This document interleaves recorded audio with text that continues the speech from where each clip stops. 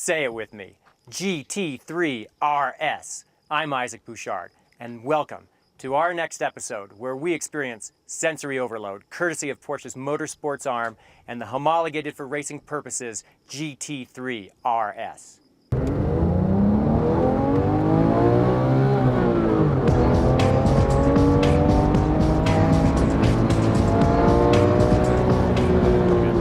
This Porsche is also acronym overload. You've got PCCB, you've got PASM, you've got TC, and most important, you've got RS, which stands for Rennsport. The numbers in isolation are impressive, 0 to 60 and 4 dead, and 193 on top. But it's more about the way that the GT3RS delivers those raw statistics. It's about the things coming through the palms of your hand and the soles of your feet and through the seat of your pants. What make this Porsche one of the legendary 21st century drives that will be remembered and talked about for decades to come. So Porsche already builds the GT3, which is a phenomenal street car, precise and honed for the casual enthusiast and the amateur racer. What does the GT3RS offer that takes it to the next level? Well, the engine is built to spec. It has titanium conrods, it has a single mass flywheel, it has all these little bits and pieces learned over decades on the track that Porsche's applied to this car to make sure it's not only faster but also more reliable. It's built in the turbo bodywork, which is just about 2 inches wider in the rear and is reinforced, so it has more structural integrity and allows the fitment of larger tires in racing. And whether it's on the road or on the track, when you need that extra little bit, you can engage the sport mode. This, in addition to opening up the stability control and traction control thresholds, it also allows the VarioCam engine management system and intake management system to give you that critical extra 15 horsepower and about 11 foot-pounds of torque in the mid-range where you need it as you exit corners. One of the unique things with the GT3RS is their new traction control management system. It's developed in racing conditions, and what it means is, unlike a conventional stability control system that's really designed just to keep the driver out of trouble, this is designed to get the most power to the pavement when tenths and hundredths of a second count, under track conditions or just when you're out having a back road thrash.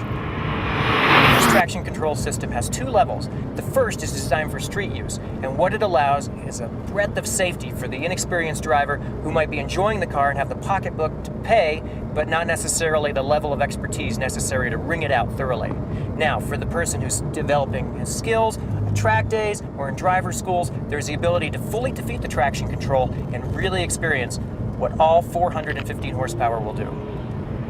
Porsche has built a previous generation GT3RS, not for American consumption, and the car, while phenomenal on the track, was completely uncivilized and undrivable in a normal environment. Now what they've done with this 997 series is they've transformed it using the variable sport mode, the variable traction control system, and the PASM, which is Porsche's acronym for their electronically adjusting shocks.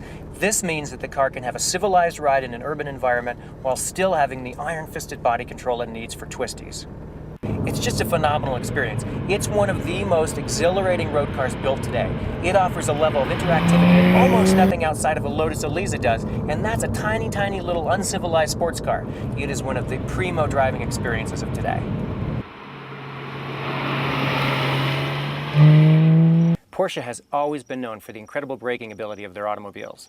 They've reached a new level with the GT3RS, courtesy of the Porsche Ceramic Carbon Brakes, PCCB. Now, what that means is they have higher thermal loading capabilities.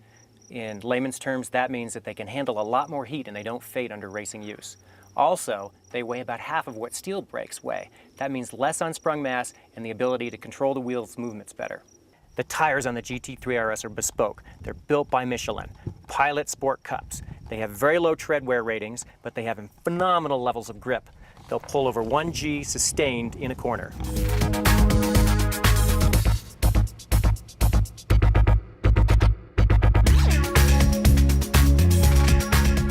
So it's not just about the speed. There are actually plenty of cars that will run with the GT3RS. It's about the sensations. It's about the honed, razor-sharp steering. It's about the incredibly meaty gear lever. It's about the brakes, the PCCB brakes, that just do amazing things. The retardation is as great as the acceleration. What are you willing to pay to feel like you're on the Mulsanne Straight at Le Mans? Well, in this case, it'll cost you $50,000 or $60,000 over list because they're all sold. Either way, it was a phenomenal day in Porsche's GT3 RS.